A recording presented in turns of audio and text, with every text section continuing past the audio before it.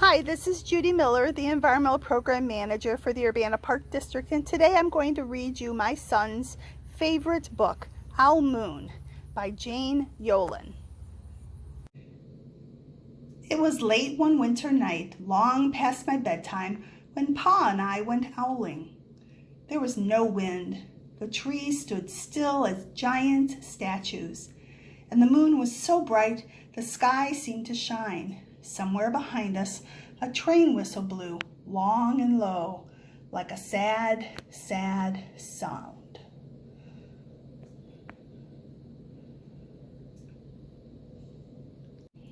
I could hear it through the woolen cap Pa had pulled down over my ears.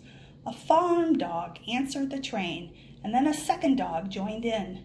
They sang out, train and dogs, for a real long time, and when their voices faded away, it was quiet as a dream.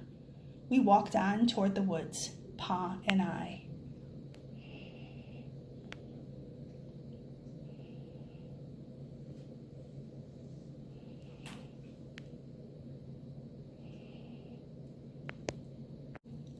Our feet crunched over the crisp snow, and little gray footprints followed us. Pa made a long shadow, but mine was short and round. I had to run after him every now and then to keep up, and my short, round shadow bumped after me.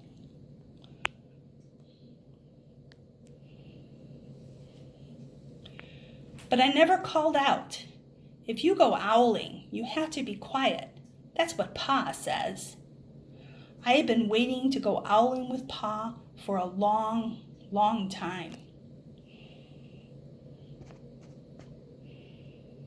We reached the line of pine trees, black and pointy against the sky, and Pa held up his hand. I stopped right where I was and waited. He looked up, as if searching the stars, as if reading a map there. The moon made his face into a silver mask. Then he called, "Hoo-hoo, hoo, hoo," the sound of the great horned owl. "Hoo-hoo, hoo, hoo."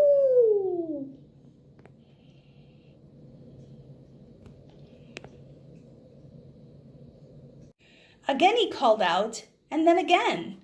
After each call he was silent, and for a moment we both listened. But there was no answer. Pa shrugged, and I shrugged. I was not disappointed. My brothers all said sometimes there's an owl, and sometimes there isn't.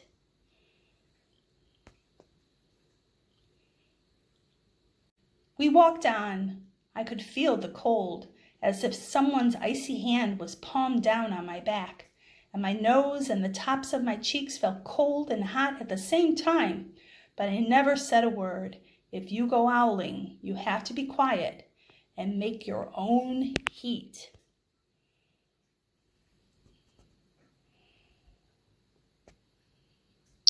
We went into the woods. The shadows were the blackest thing I had ever seen. They stained the white snow. My mouth felt furry, for the scarf over it was wet and warm. I didn't ask what kind of things hide behind black trees in the middle of the night. When you go owling, you have to be brave.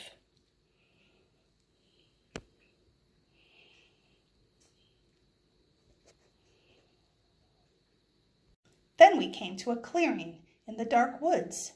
The moon was high above us. It seemed to fit exactly over the center of the clearing, and the snow below it was whiter than the milk in a cereal bowl.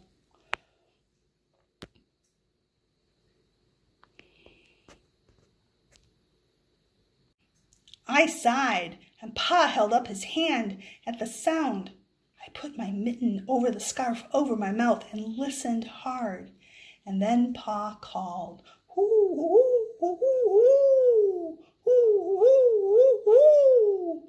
I listened and looked so hard my ears hurt, and my eyes got cloudy with the cold.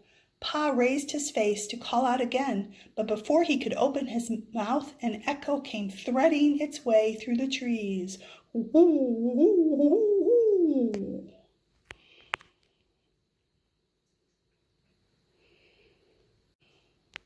Pa almost smiled. Then he called back, Woo-hoo, woo-hoo, just as if he and the owl were talking about supper or about the woods or the moon or the cold. I took my mittens off the scarf, off my mouth, and almost smiled too.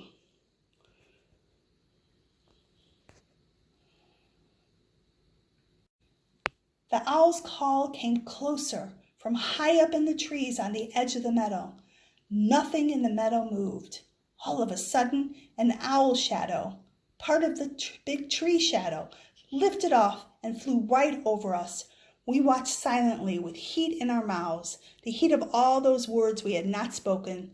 The shadow hooted again.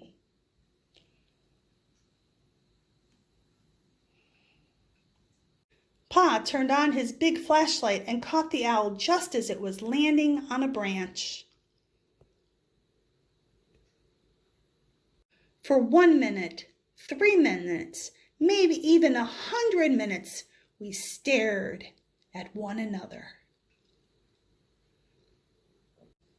Then the owl pumped its great wings and lifted off the branch like a shadow without sound. It flew back into the forest. "Time to go home," Pa said to me. I knew then I could talk. I could even laugh out loud, but I was a shadow as we walked home.